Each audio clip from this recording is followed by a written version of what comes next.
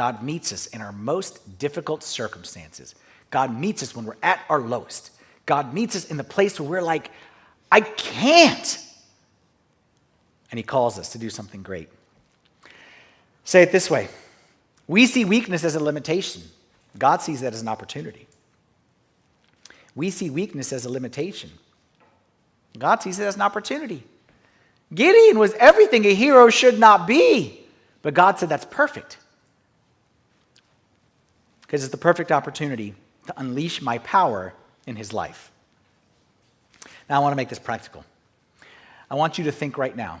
I want you to think of a circumstance in your life that you're going through, that you hate, that you complain about, that you in your mind have convinced yourself is a reason why God cannot work in your life. The situation at home, situation at work, my health, my spouse's health, my weakness, my sinfulness, my struggle, my addiction, like whatever it may be. Think of the things that you think disqualify you from being great in God's eyes. And when you think of that, look at Gideon. And just like with Gideon, God looks at you and says, I don't see all that mess that you see. You see that because you look at the outward appearance, but I look inside. You look outer, I look inner. You look circumstances, I look at potential when you would obey me. I look at the potential if you would walk with me in life and we would move forward. God sees all that power, all that potential. And he knows, listen carefully, he knows what going will unlock in your life. He knows what going will unlock in your life. He knows what that much courage, Gideon, give me that much courage. And I know if you give me that much courage, you will experience things you never experienced before. And you will reach new heights that you've never reached before. Because the Christian life is not about being stagnant. It's about moving forward and upward for God's divine call. But you need to go. And if you don't go, I'm going to give you a little love honk. And if you don't, I might make it a little bit louder. Because I need you to go. I want to give you 2 verses.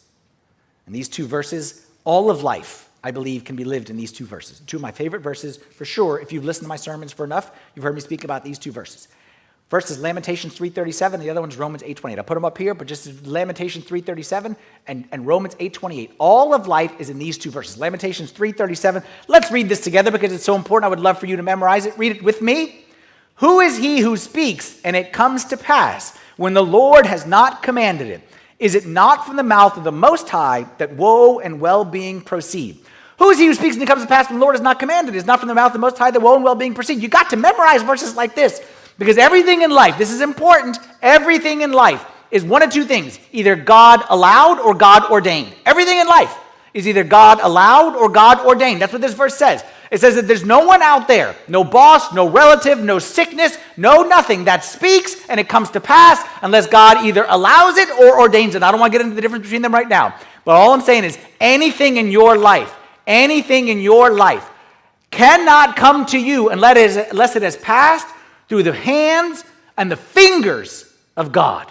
Nothing comes to me unless it's passed through God's fingers of love and care and wisdom and sovereignty. Nothing gets to me. Nobody opens his mouth and it happens unless God allows it. Nobody shuts his mouth unless God allows it to be shut. Nothing happens unless it is God allowed or God ordained. Who is he who speaks and it comes to pass when the Lord has not commanded it? Is it not from the mouth of the Most High that woe and well-being proceed? Everything is God allowed or God ordained. Let me give you the second verse right now that goes on the flip side of that coin. Romans 8:28.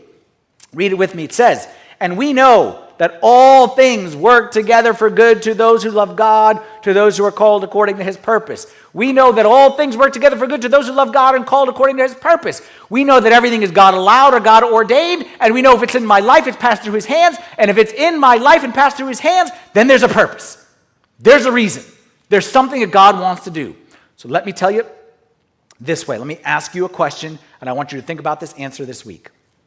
You might not be where you want to be, but did you ever stop to consider that you're exactly where God has you, and it's for a reason?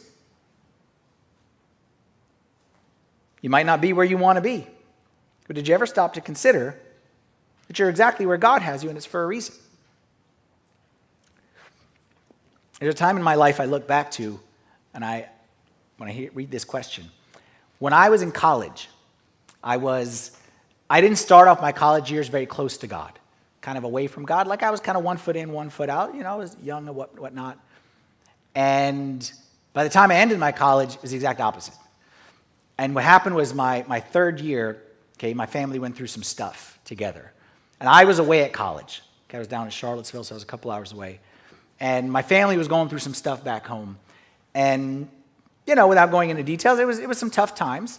Okay, and I'm not an emotional person or a tough person, but, you know, it's not easy. And the most not easy part of it is when you're not there.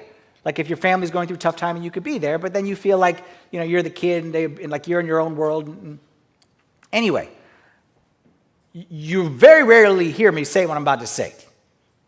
Okay, but at that point in time, I remember going through that situation, and I remember I would come home and, you know, whatever, and I'd go back to school and I'd be all by myself.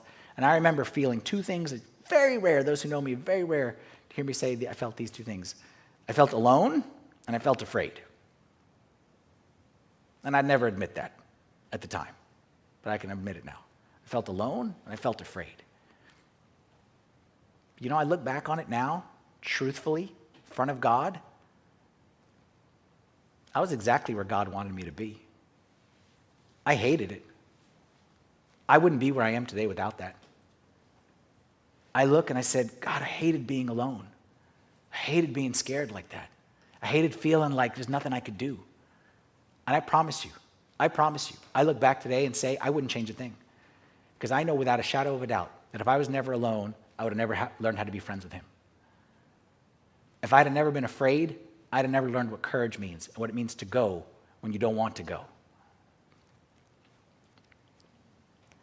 I wanted the situation to end, to go away. What did God want? Honk. He wanted me to go. I wanted it just game over. God says, no, not game over. Honk. You go forward.